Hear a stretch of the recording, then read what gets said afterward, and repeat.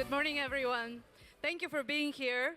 We were told because this stage is open, we need to be really engaging and very interesting in what we're about to say. So I hope we can do this for you, and I hope we fill all these chairs.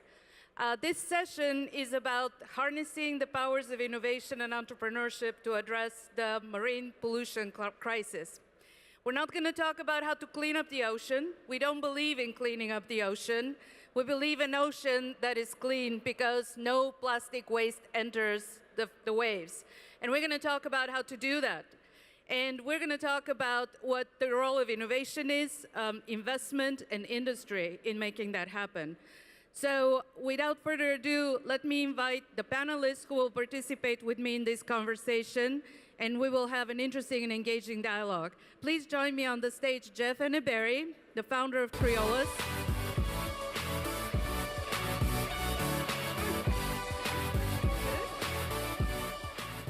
Safia Qureshi, the founder of Cup Club.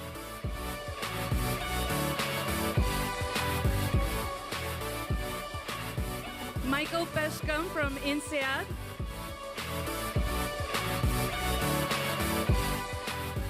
And Michel from Sky Ocean Rescue.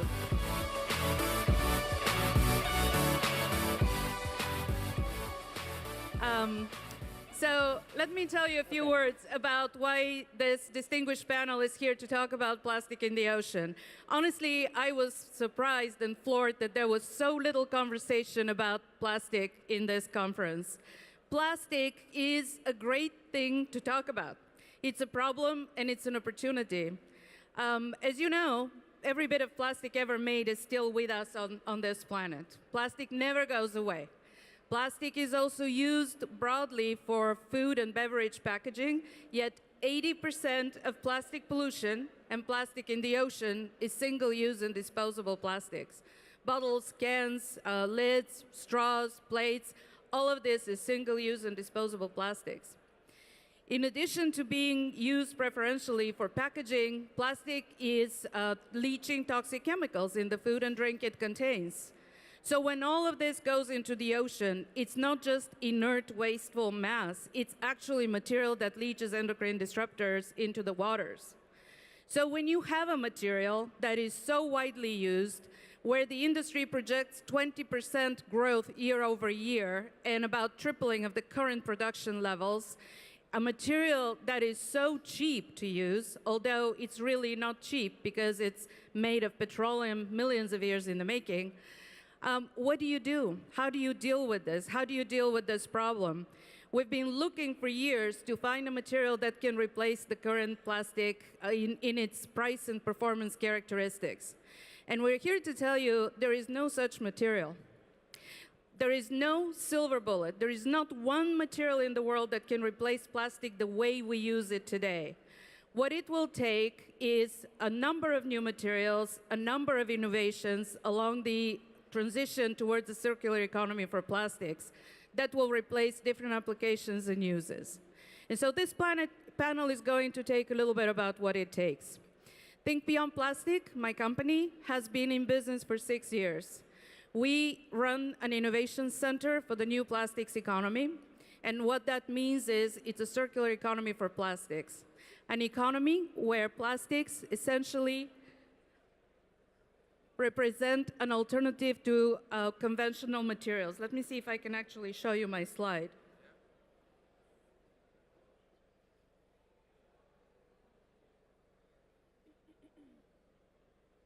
There. I wish I could use technology. The circular economy for plastics is full of innovation opportunities. Our current linear model of use, consume, and discard is not sustainable, and we all know that. The innovation opportunities range anywhere from new materials, bio-benign materials, not just materials that repurpose current plastic, but materials made of agricultural waste, materials that use organic sustainable chemistry, materials that use new product packaging and packaging design, and design for delivering product as a service.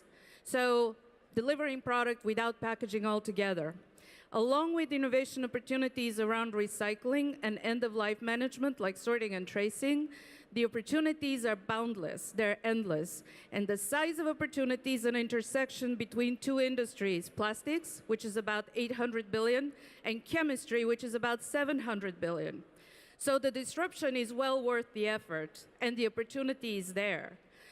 How do we get there? It's not easy. So we look into advancing an innovation in an industry that has been entrenched for the last 50 years. To get there, you need not just amazing innovation, you need well-focused innovation, innovation that is pointed at the areas that matter, supported by the interest of industry, and innovators who are mentored by industry, who tell them what the price-performance characteristics are, what they need. So we work with industry, we work with some of the largest brands in the world to guide and direct innovation at the areas that are worth solving. We also work with innovators, and each year we're running a class of innovators that have come to the surface as carrying most interesting, most innovative ideas worth funding. And we also work with investors who, like Creolus Fund and Sky Ocean Rescue's Fund, are pointing their funding directly in transformative areas to plastic pollution. So what I'd like to do next is invite the members of the innovation ecosystem to tell a little bit about their work and how they contribute to this ecosystem.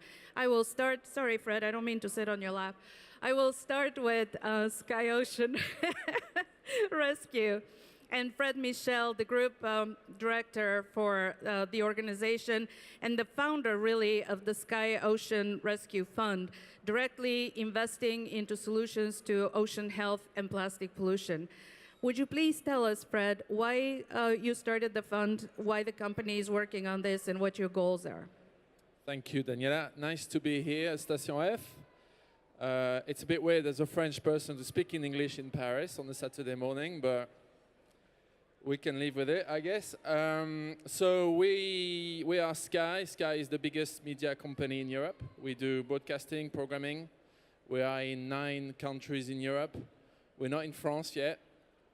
And we've decided to do, 2 years ago, something called Sky Ocean Rescue, which is the biggest campaign in broadcast around awareness on the impact of plastic in the ocean, the disaster that was plastic in the ocean. We really triggered a big movement across our channels. Our news channel carried every day documentaries, news items around the state of the ocean.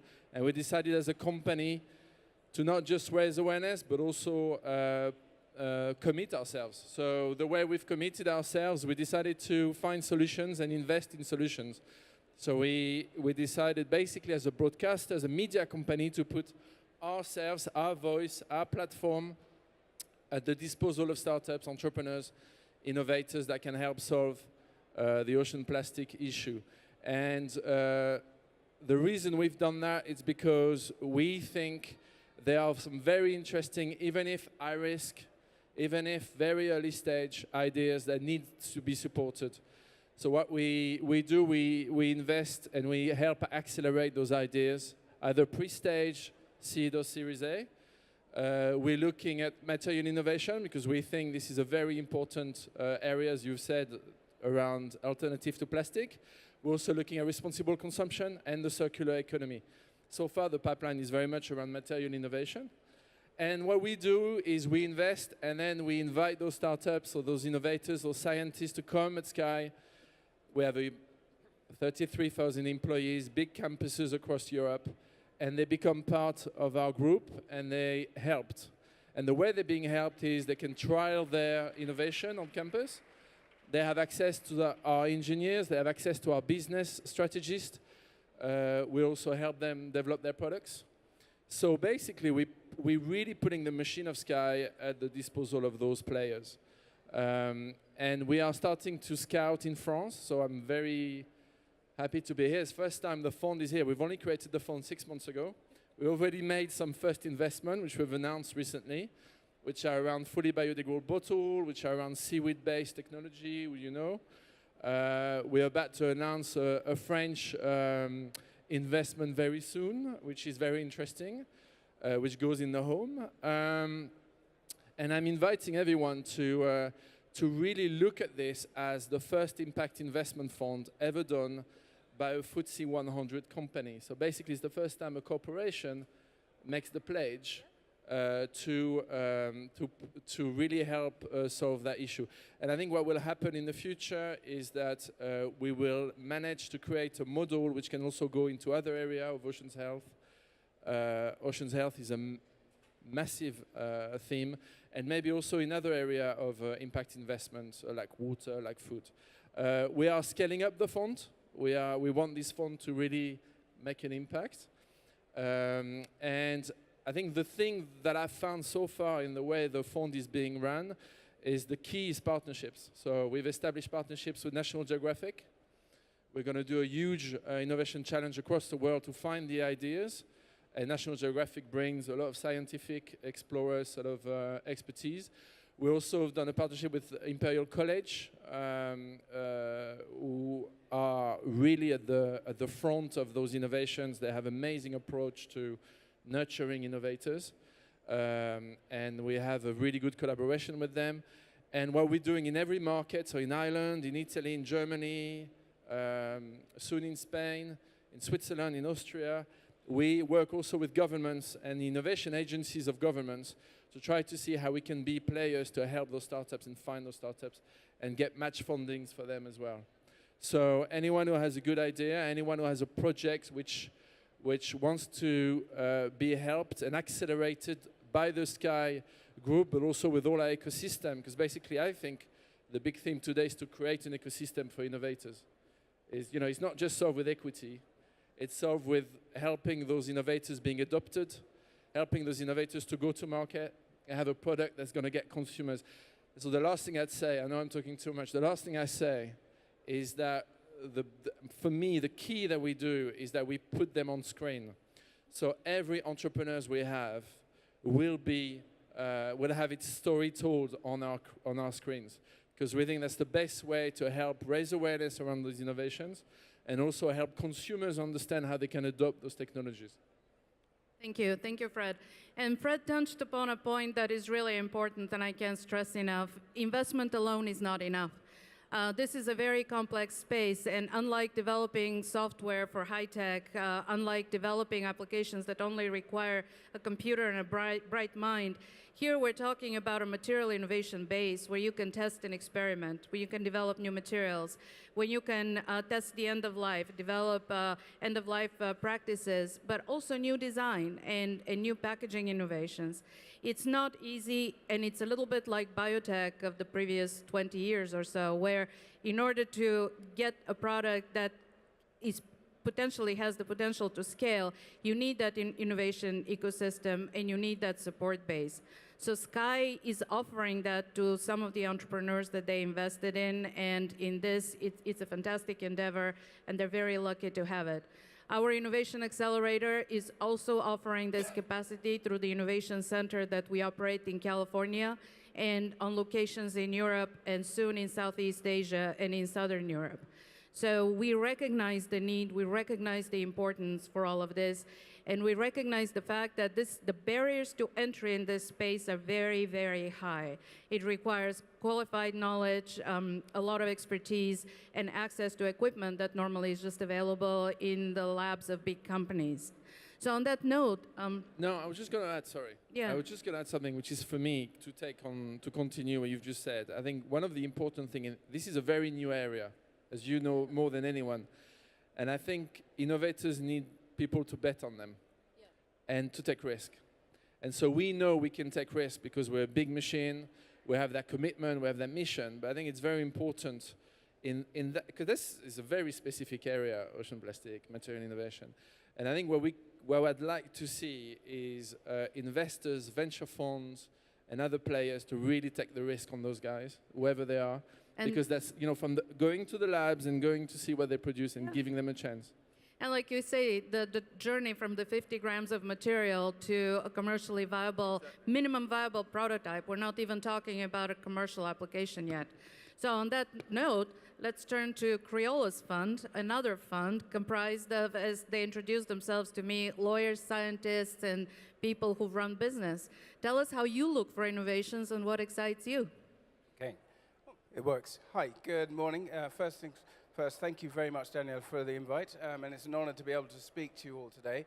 My name's Jeff Eneberi. I'm the founder and, I suppose, managing partner of Creolus, which will be the world's first independent fund that's 100% focused on finding new materials and bio-benign materials and processes to help repurpose or redesign and or replace current fossil fuel-based plastics.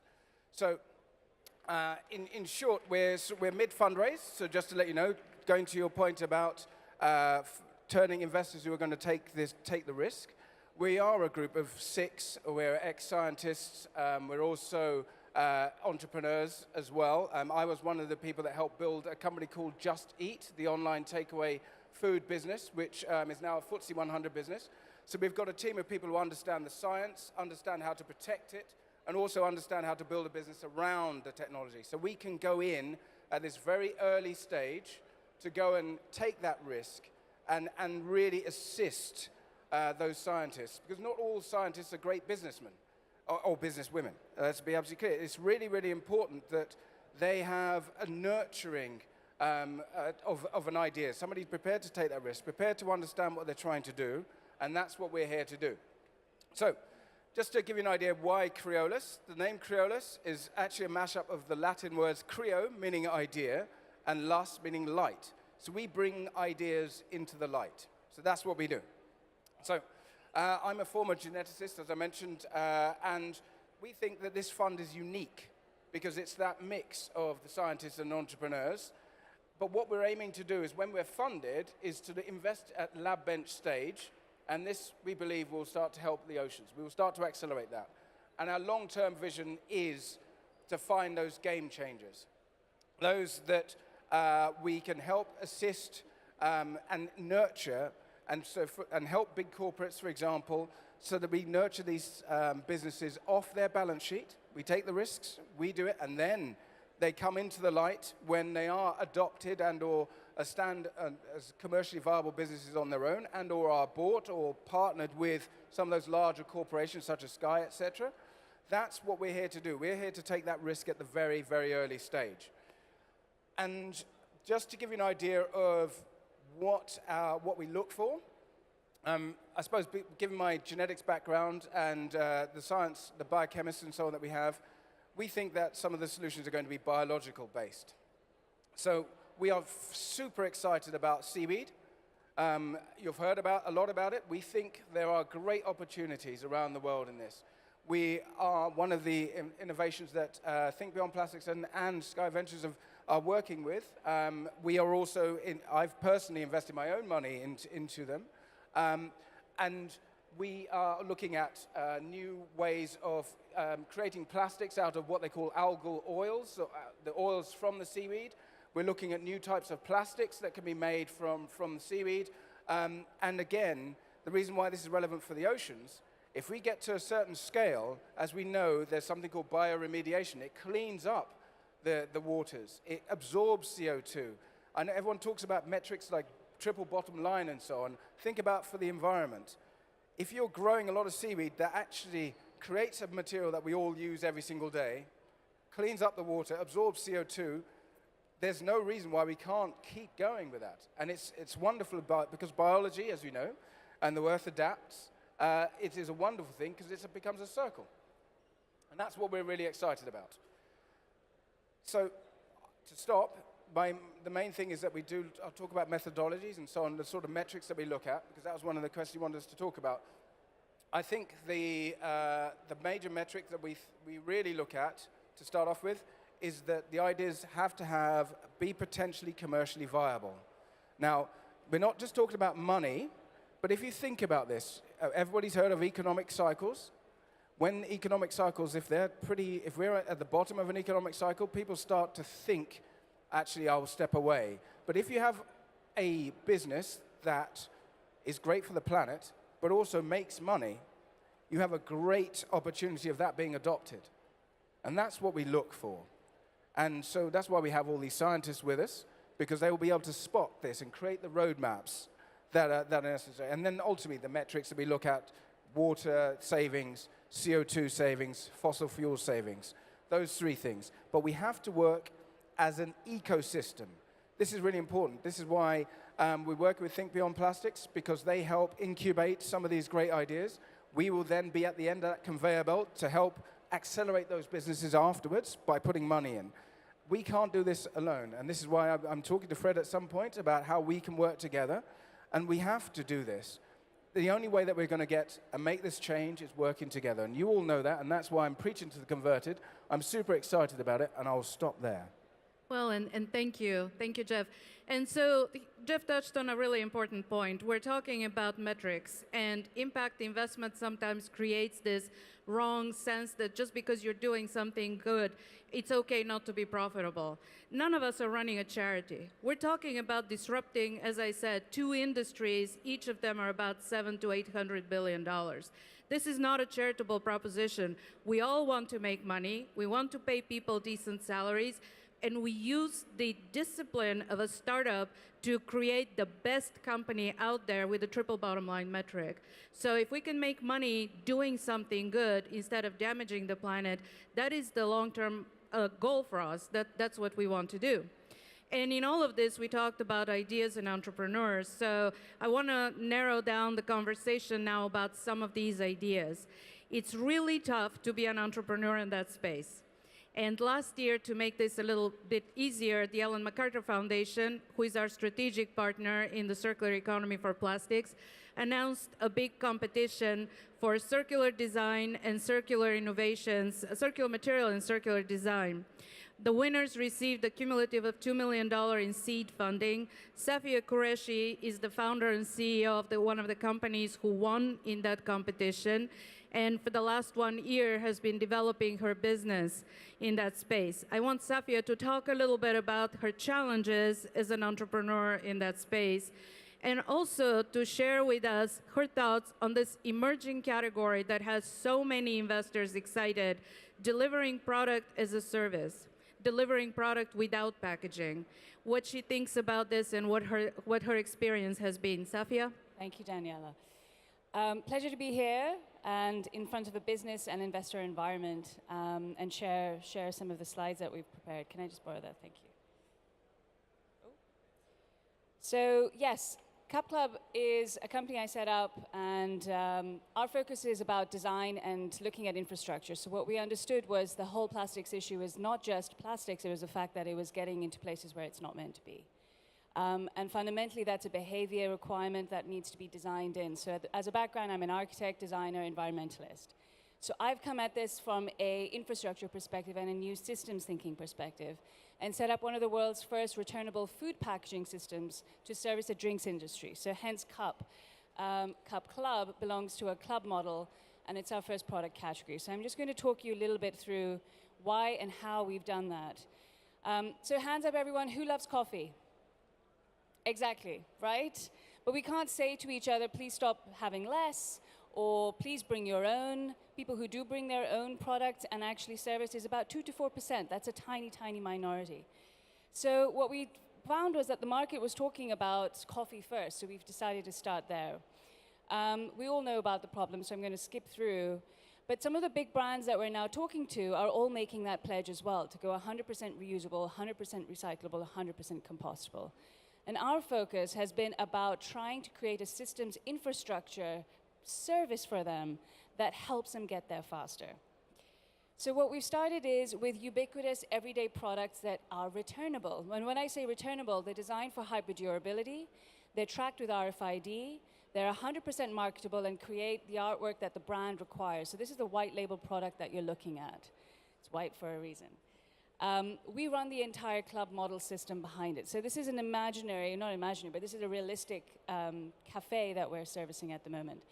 But you can imagine the setup is very similar to currently how baristas and people in retail are currently using disposables. So we've tried to not change the user behavior too much for the industry, but almost mimicking it as much as we can, but changing the product and the design and the infrastructure around it. So how we've come to it is really to create and drive a very simple service model, which is cyclical. So we provide the product in cases. One of our logistics and operational intelligence partners was Coca-Cola. So some of you might have had a glass bottle Coke at some point in your childhood, or you have. You're probably not aware of the infrastructure that's going on behind that to get that bottle back to Coca-Cola, wash it, fill it, and send it back out. That entire service model runs about 11 times with that product. What we decided to do was to develop our products that would last a longer amount of time, so 132 uses, which is over 6 months. And we deliver our product to cases on site, ready to be served. And then we allow consumers to return the product back in those cases when they're finished. We manage the entire back-end supply chain as well. So we collect all the cases at the end of the day, we bring it back to our hubs, where we've developed our technology to scan all the product in, where we wash, pack, and redistribute.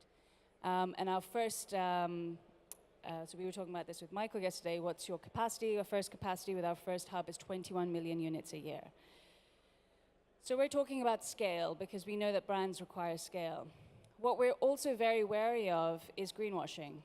So we've worked with one of the best sustainability consultants out there called Giraffe Innovations, who have worked with Co-op, Sainsbury's, Virgin Atlantic, and we've developed up a full life cycle assessment, and we've published it to explain why a returnable system is better than your PLA compostable, is better than your PE-lined paper cups as well. We use half the amount of CO2 to both options. Half the amount of CO2. So when someone says, I've got a green product, it's from a single material, and it's single use, please tell them to come to us. We'll show them our data. So yes, we won the New Plastics Economy Innovation Prize. And that's a little bit for me. And I'd love to talk to you about how we mix technology with the physical product. So how we actually explain to customers the full customer journey and work with retailers in further detail. So come do find me. Thank you, Safia. So I have a question for the audience. How many of you are familiar with the New Plastics Economy Initiative? Okay, for those of you who are not, let me tell you what it is, because you will understand what we're talking about.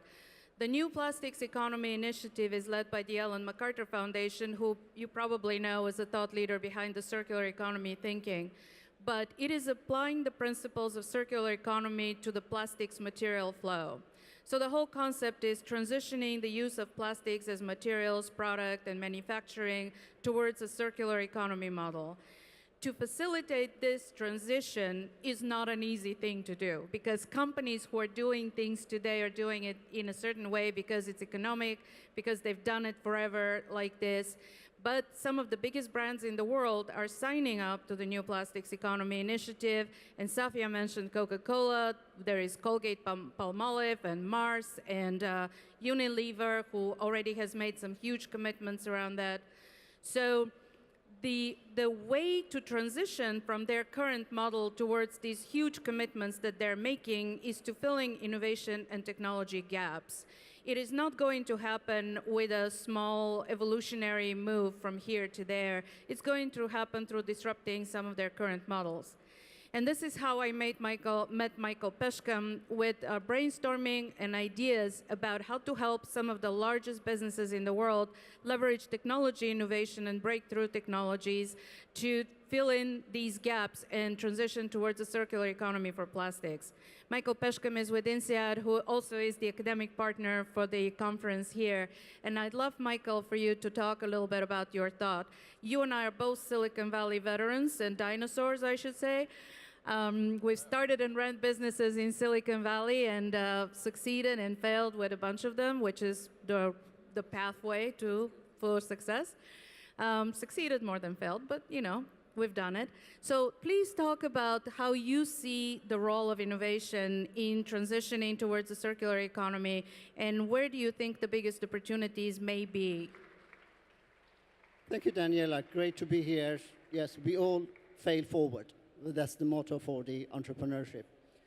And no need to talk much about INSEAD. You all know it's #1 business school in the world. But before I dive in what we are doing and elaborate on what Daniella said, let me just refresh the memories of some of you that you might have heard quite a lot of these things, and for the benefit of the others that they may not know. We keep talking about only 14% of plastics globally is recycled, and it leaves about 80 to 120 billion that goes to waste. But the problem is not just that. The problem is that 1/3 of that seeps into the environment, and that is creating an ecological catastrophe. Let me just paint those problems in a different way. Currently, by the 2014 figures, we produce globally 311 million tons of plastics. By 2050, it will quadruple. The oil share of the plastic goes from 6 to 20%, and the carbon footprint from 1 to 15%. So it is an incredible problem. It's going 4x. It needs new thinking, and that is where we have come in.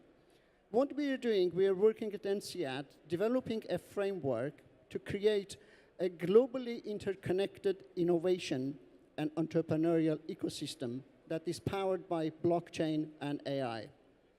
Bit of a mouthful, isn't it? Unfortunately, it is, but that is, I suppose, what mouthful is required. So what does it mean? We're going to turn things on its head, upside down and inside out. One of the first things that what it means by this innovation ecosystem, we need to start thinking about innovating innovation. How do we reinvent the way that we are innovating? Because the magnitude of the problem we are facing is ginormous. To continue with the same line of thinking, it's not going to happen. We are calling it a rainforest model. In fact, the author of the publication Rainforest is a Silicon Valley veteran as well. So we had very good conversations with him. He is in coffin at the moment. But that's part of it. So by creating this ecosystem that interconnects everything globally in an open innovation system is one of the aspects of this framework. I'll just give you one example. Procter & Gamble in 2010, they started their own open innovation, inviting their customers to come in, rather than having their fleet of PhDs and scientists to contribute.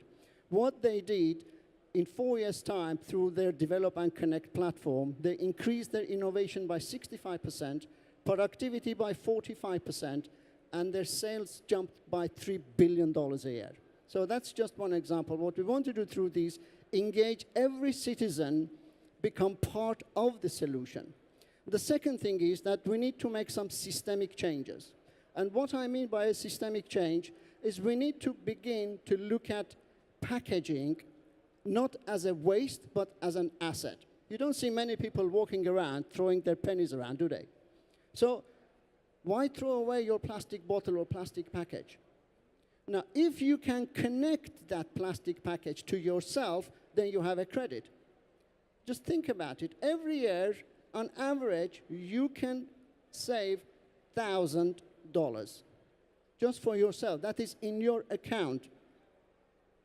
And the third part, we can elaborate and talk about that a little more. And the third one is giving rise to a massive entrepreneurship. Remember what I said earlier on? Reinventing entrepreneurship is part of it.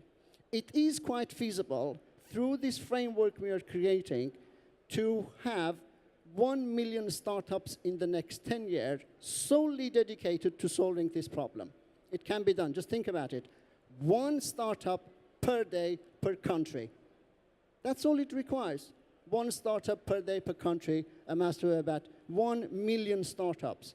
But the benefits, the economic benefits of that overall, it's just, we're talking into trillions of dollars. It's not just the 80 and the 120 that it is lost. It is the aftermath of how the whole thing creates and what it can generate in terms of GNP. How we do it, I can answer later. Thank you. Thank you so much. How many of the audience are entrepreneurs? Okay, great. So let's talk a little bit about how easy it is to be an entrepreneur in that space. First, I want to ask the investors, what do you look for in an entrepreneur, in a company, in a potential investment? When you see hundreds of these, I'm sure. How do you evaluate the potential of an investment? How do you decide if it's worth looking into? So it's a very good question. The way we approach it generically first is that we want innovations and innovators that think about impact.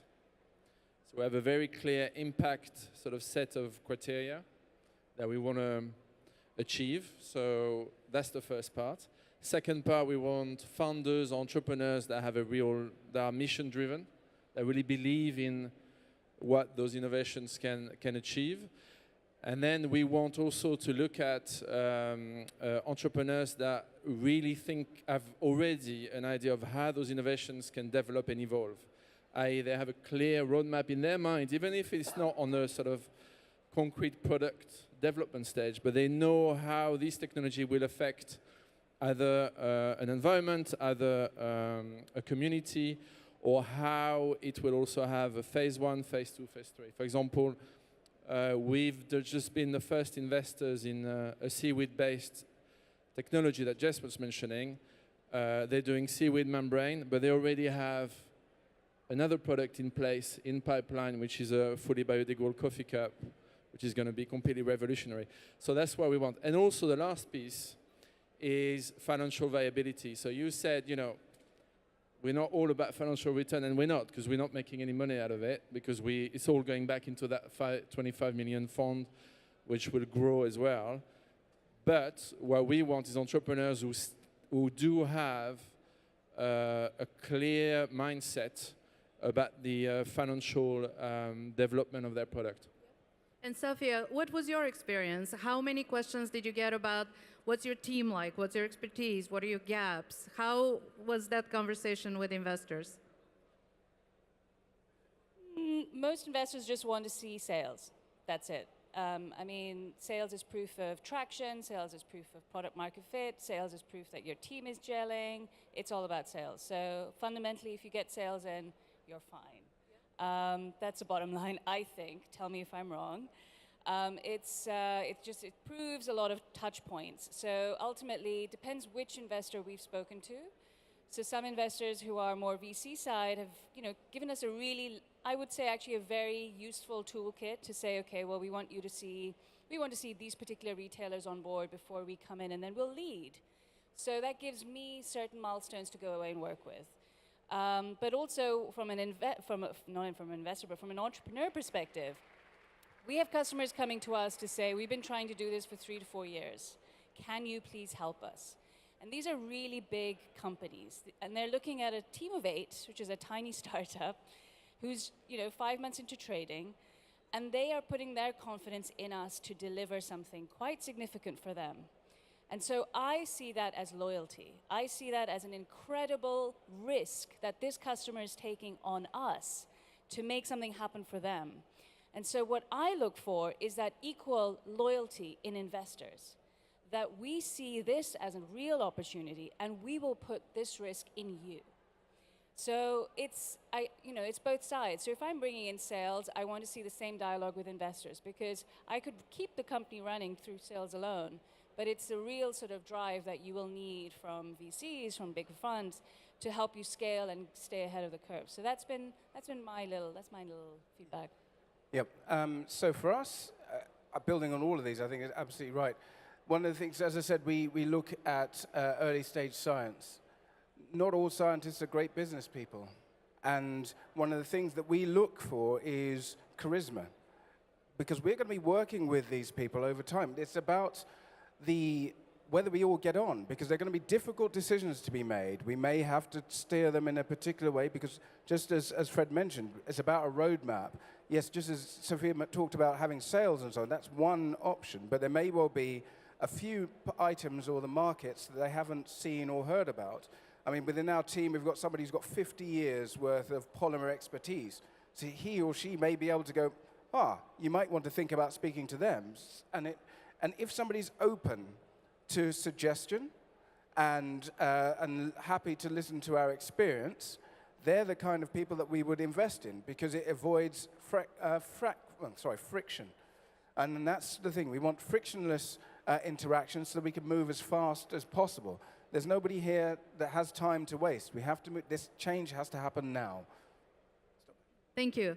And we can go on and on and on because there are endless conversations about the power of teams, what the investors invest in, what the metrics look like, and where the emerging opportunities are. So come and find me if you like. We're thinkbeyondplastic.com. We're easy to find. And let me thank Jeff, Safia, Michel, and Fred for being on this panel and sharing their experiences with us. Thank you.